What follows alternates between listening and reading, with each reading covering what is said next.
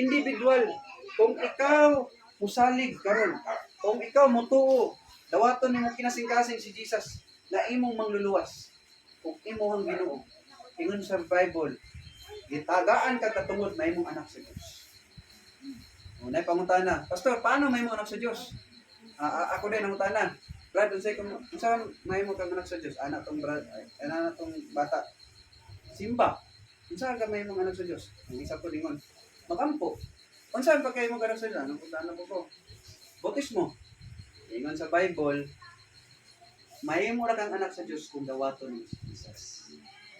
Dili buhat na to ang pagkay mo anak sa Dios. Buhat sa Ginoo. Only receive Jesus Christ, Lord, dawaton tika sa akong Ginoo.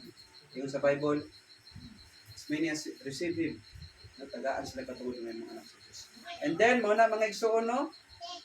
Ingon pa sa 1 John 5:11, pinakanindot gid mga igsoon.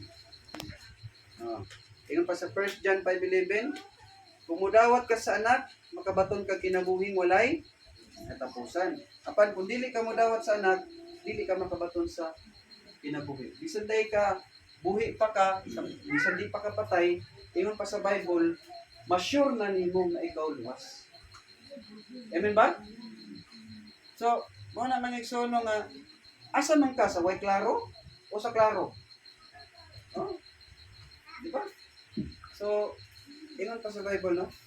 Ingon pa dire. Ang pagmatuod mao kini. Ang Dios naghatag kanato sa kinabuhing walay katapusan. Ug anak kini sa iyang anak. Sa ato pang kinabuhing walay katapusan, hatag regalo. Haguan ba nimo regalo? Bayran ba nimo regalo?